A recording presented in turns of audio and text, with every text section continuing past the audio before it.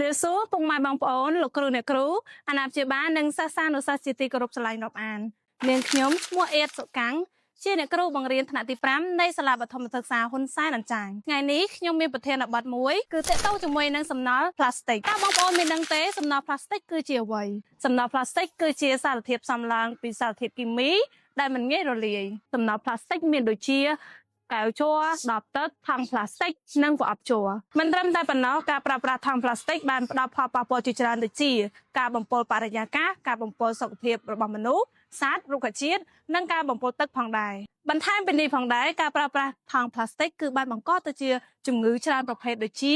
ជំងឺរលាកស្បែកជំងឺរលាកភ្នែកជំងឺរលាកផ្លូវដង្ហើមនិងជំងឺមហារីកផងដែរសាលាបឋមសិក្សាហ៊ុនសែនអញ្ចាញយើងបានយកចិត្តទុកដាក់យ៉ាងខ្លាំងចំពោះកុមារដោយលុបបំបាត់ធុងសម្រាមនិងកាត់បន្ថយការប្រើប្រាស់ថង់ផ្លាស្ទិកកាត់បន្ថយចំណីអាហារកែច្នៃនិងគ្រឿងភេសជ្ជៈកំប៉ុងនៅក្នុងបរិវេណសាលារៀនជាចុងក្រោយនាងខ្ញុំសូមសំណូមពរពុកម៉ែបងប្អូនអាណាព្យាបាលនិងសិស្សានុសិស្សកាត់បន្ថយការប្រើប្រាស់ថង់ផ្លាស្ទិកនៅក្នុងបរិវេណសាលារៀនក៏ដូចជានៅក្នុងមជ្ឈដ្ឋានជុំវិញខាងក្រៅផងដែរ